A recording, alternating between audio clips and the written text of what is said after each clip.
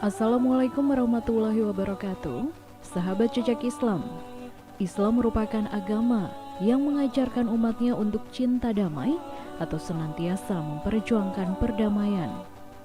Seorang muslim atau pemeluk agama Islam yang baik akan menjadi pribadi yang cinta damai dan akan memperjuangkan hidup dan kehidupannya untuk meningkatkan kualitas manusia dan kemanusiaan. Allah Subhanahu wa Ta'ala berfirman dalam surat Al-Hujurat ayat 13, "Wahai manusia, sungguh kami telah menciptakan kamu dari seorang laki-laki dan seorang perempuan. Kemudian kami jadikan kamu berbangsa-bangsa dan bersuku-suku agar kamu saling mengenal. Sesungguhnya yang paling mulia di antara kamu di sisi Allah ialah orang yang paling bertakwa di antara kamu. Sesungguhnya Allah Maha Mengetahui lagi Maha Mengenal."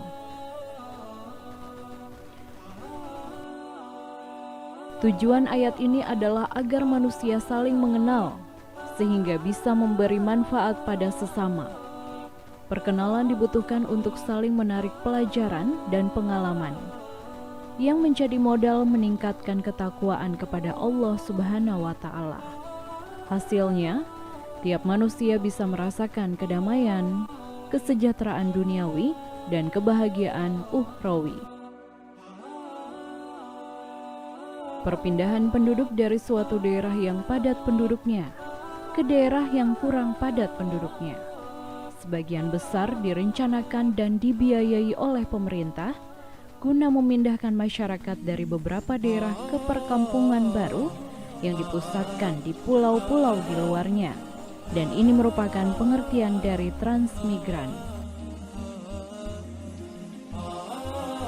Seperti halnya di daerah-daerah lain di Manokwari, Papua Barat, terdapat warga yang tinggal di daerah transmigran yang disebut dengan Satuan Permukiman atau yang disingkat dengan SP. SP ini terdiri dari SP1 hingga SP11.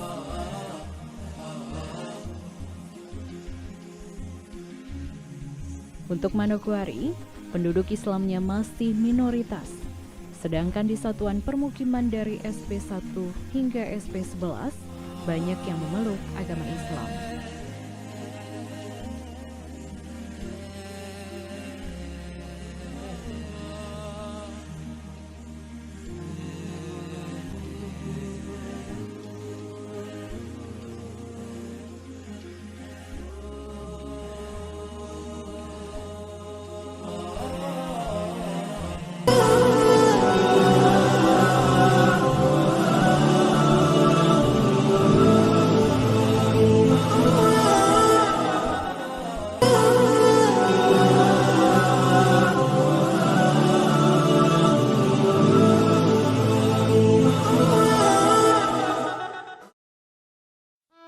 Assalamualaikum warahmatullahi wabarakatuh, sahabat jejak Islam. Saat ini saya berada di daerah transmigrasi yang masih berada di Manokwari, Papua Barat. Dan kali ini kita akan melihat dua masjid yang ada di daerah transmigrasi ini, yaitu di SP9 dan juga SP10.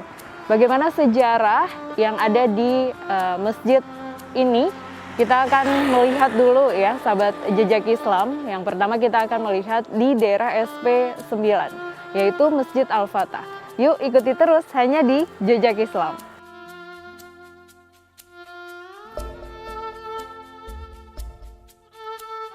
Masjid Al-Fatah ini merupakan masjid yang dibangun di tahun 2021, tepatnya 1 Ramadan 1442 Hijriah.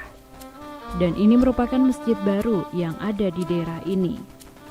Sebelum adanya Masjid Al-Fatah, masyarakat setempat melaksanakan ibadah baik sholat Jumat, sholat tarawih, dan ibadah sholat hari raya di Masjid SP9. Meskipun saat ini masjid ini bisa dibilang masjid darurat karena pembangunannya masih sederhana, tetapi masyarakat sangat bersyukur memiliki masjid tersebut. Al-Fatah masuk dalam kampung pemekaran dan secara administratif masuk dalam kampung Meob 1. Sedangkan untuk perkembangan agama Islamnya, di Kampung Meow 1 dimulai di tahun 2015. Assalamualaikum warahmatullahi wabarakatuh. Sahabat Jejak Islam, saat ini saya bersama Bapak Ahmad yang merupakan pengasuh dari Masjid Al-Fatah. Assalamualaikum Bapak. Waalaikumsalam warahmatullahi wabarakatuh. Ya Bapak, kita bisa ngobrol-ngobrol sedikit ya Pak mengenai Masjid Al-Fatah ini. Ini merupakan masjid baru ya Pak ya? Masjid baru. Didirikan dan masih dalam tahap pembangunan ya, Pak. Pembangunan. Kalau boleh tahu ini udah berapa lama nih Pak masjid ini? Ya, terima kasih kembali. Masjid ini didirikan tahun 2021. Tepatnya kalau hari ini sudah 1 tahun 1 bulan. Kalau pertama dihuni dipakai adalah mulai 1 Ramadan. 1 Ramadan dan 1 Ramadan kemarin pas genap 1 tahun dan Syawal ini genap 1 tahun 1 bulan. Berarti udah 1 tahun ya Pak ya, Iya, ini ya? 1 tahun. Berarti kalau sudah Syawal berarti kita sudah masuk ke 1 tahun 1 bulan. tahun 1 bulan. Iya. Ya Pak, siapa sih pendiri dari Masjid Al-Fatah ini Pak?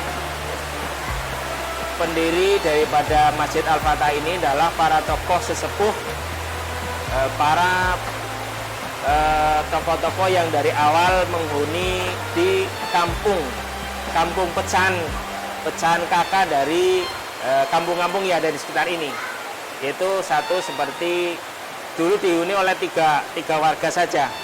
Satu namanya Pak Sahwan, kedua Pak Suryanto, ketiga siapa ini Mbak Yem namanya itu, Mbak Yem.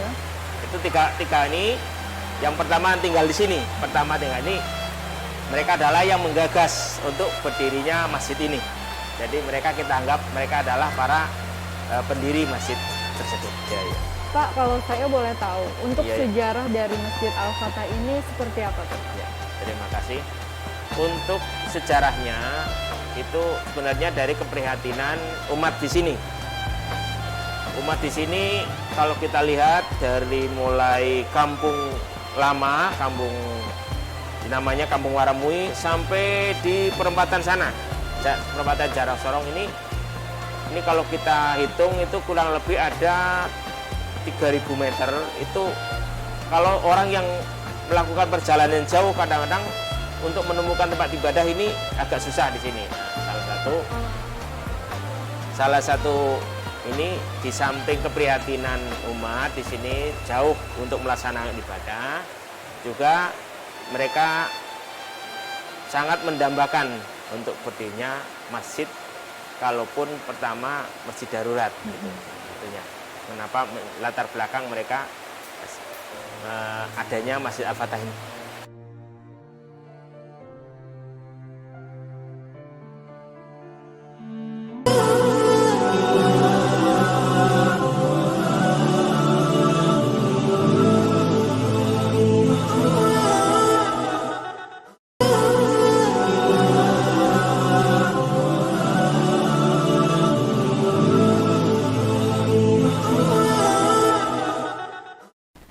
Meskipun ini masjid baru yang berada di daerah pemekaran, tetapi masjid ini sangat diinginkan masyarakat setempat.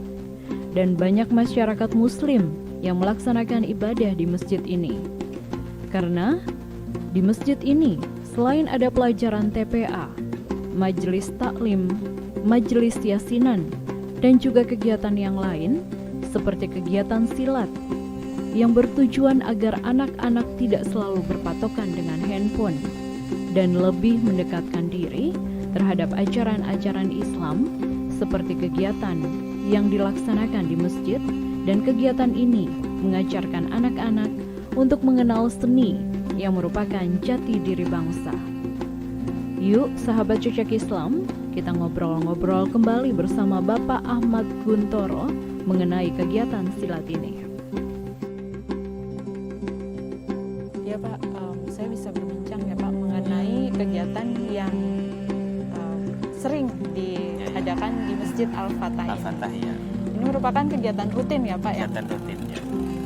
diadakan di masjid ini. Kenapa memilih silat Pak untuk kegiatan yang ada di sini Pak?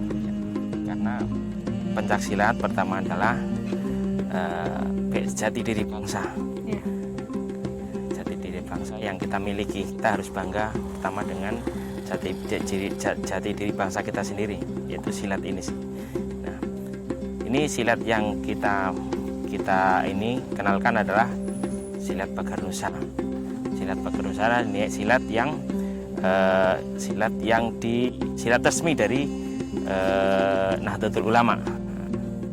Kenapa kita mengenalkan mereka dengan silat Pagar Nusa yang resmi dari Nahdlatul Ulama? Karena kita juga kembali kita ingin memperkenalkan mereka dengan jati diri bangsa, dan kita ingin mengenalkan kepada mereka bahwa bangsa ini adalah bangsa yang ramah, bukan bangsa yang ramah. Kalau mereka diperkenalan dengan silat yang notabene adalah pelatihan fisik, tapi bukan berarti dengan mereka bisa dengan fisiknya kuat, bukan berarti mereka harus menjadi orang yang adiguna orang Jawa bilang itu, menjadi orang yang kasar dan sebagainya. Tapi kalau bukan orang yang sombong, tapi mereka akan, kalaupun kamu kuat bukan nanti kamu menjadi orang yang sombong, orang yang merasa. Tapi ketika kamu kuat, justru kamu harus mengayomi, bukan menguasai. Yang kedua juga, kenapa kita memakai media silat ini, karena di samping mengenalkan jati diri bangsa, juga mereka ini lebih lekat dengan kegiatan remaja. Silat adalah untuk menjaring bibit-bibit atlet. Itu nanti akan menguntungkan, bukan saja menguntungkan kita dari masyarakat, tapi juga untuk menguntungkan dari pemerintah daerah sendiri ketika membutuhkan atlet itu sendiri. Kita nanti bisa ada bersamaan dengan pemerintah daerah untuk mengolah calon-calon atlet baru ini. Yang kedua juga, hari ini yang menjadi PR kita, bagaimana remaja ini bisa lebih dekat dengan masjid. Salah satunya adalah dengan mereka rekrut dengan kegiatan-kegiatan ini, silat ini yang ada di masjid ini ya Pak ya. Karena kan kita tahu ya Pak ya, zaman-zaman sekarang anak tuh lebih dekat sama gadget ya, HP ya Pak, betul itu. daripada sama kegiatan-kegiatan yang ini. Tadi disampaikan kalau ada anak yang umur 10 tahun ya, yang sudah mengikuti Pelatnas. Ada itu, adanya di Noval satu.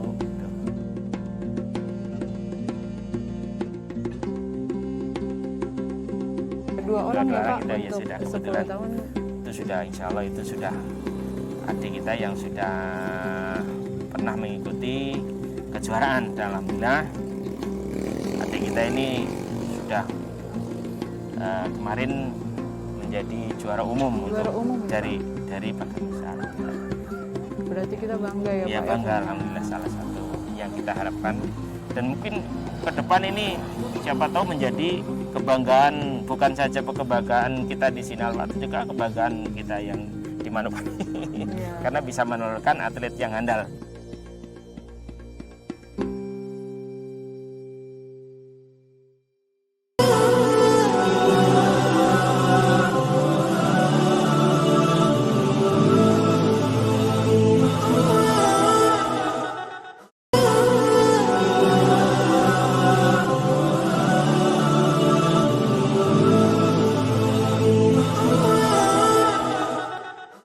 Sahabat Jejak Islam, kalau tadi kita sudah melihat aktivitas-aktivitas yang ada di Masjid Al-Fatah ini di SP9 dan juga sejarah mengenai Masjid Al-Fatah ini, kita akan beralih ke masjid selanjutnya yang ada di SP10, yaitu Masjid Al-Mujahidin.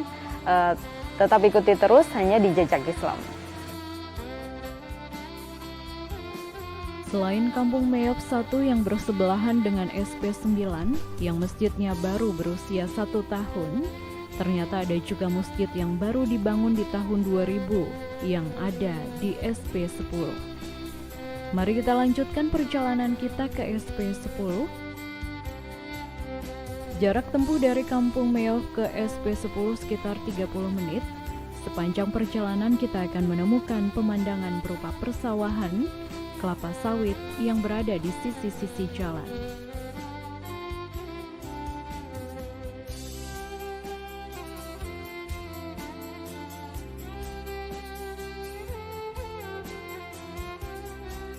Sahabat Jejak Islam, saat ini saya sudah berada di SP10. Ini merupakan tempat kedua, yaitu Masjid Al-Mujahidin. Dan kita akan bertemu dengan pengurus dari Masjid Al-Mujahidin ini. Yuk ikuti terus hanya di Jejak Islam.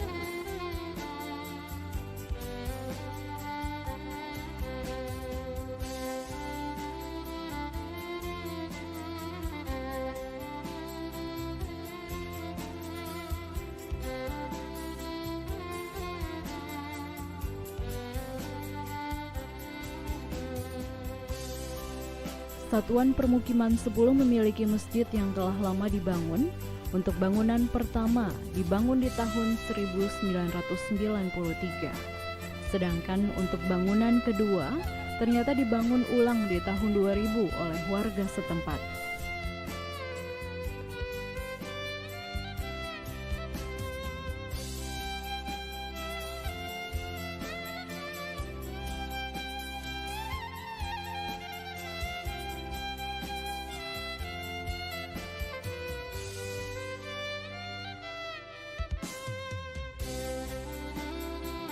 Untuk lebih jelasnya, kita akan berbincang-bincang bersama Bapak Amirullah dan Bapak Usman Effendi yang merupakan pengurus Masjid Al-Mujahidin ini. Assalamualaikum warahmatullahi wabarakatuh. Sahabat Jejak Islam, saat ini saya berada di Masjid Al-Mujahidin dan saya bersama Bapak Amirullah dan juga Bapak Usman Effendi. Assalamualaikum warahmatullahi wabarakatuh, Pak. Waalaikumsalam warahmatullahi wabarakatuh.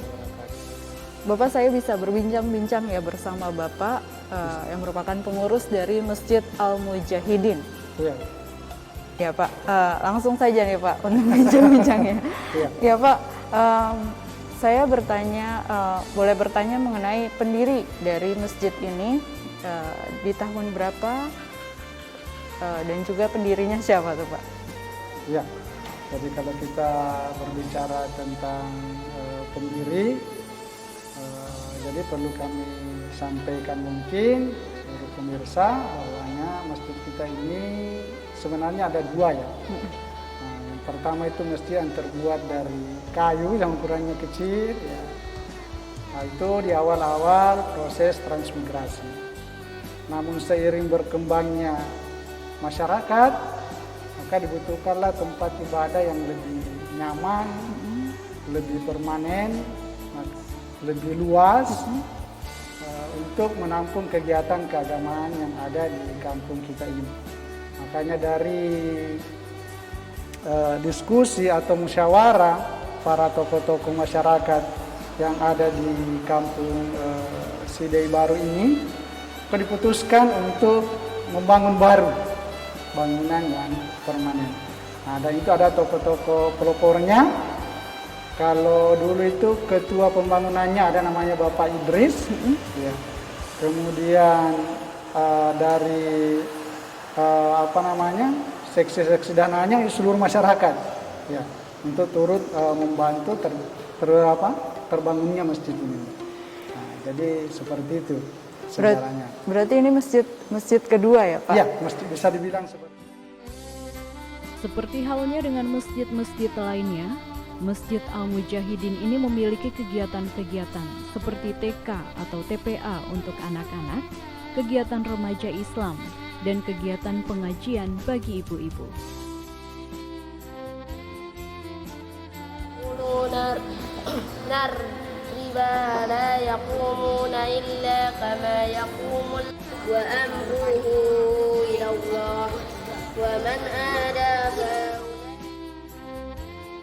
Jumlah populasi muslim di Manokwari tak cuma karena transmigrasi, tapi juga karena sebagian penduduk asli Papua memilih memeluk agama Islam. Ketua MUI Papua Barat, Ahmad Nasrau mengatakan, perkembangan Islam di Manokwari tidak terlalu signifikan. Namun bila melihat dalam wilayah yang lebih besar, yakni Papua Barat, perkembangan Islam sangat signifikan. Sebagian besar penduduk Islam bermukim di Bintuni, Fakfak, Kaimana, Raja Ampat, dan Sorong. Di 4 daerah tersebut Islam berkembang bukan hanya karena faktor transmigrasi, tapi penduduk asli memang sudah memeluk Islam sejak dahulu dan mereka mengenal Islam lewat masuknya para pedagang dari Makassar dan Ternate pada zaman dahulu. Pemirsa, setelah melihat perkembangan Islam yang ada di daerah transmigrasi di daerah Sidei, saatnya saya pamit. Namun sebelum pulang, saya akan menyempatkan diri untuk sholat zuhur. Saksikan episode selanjutnya di Jejak Islam dari Provinsi Papua Barat.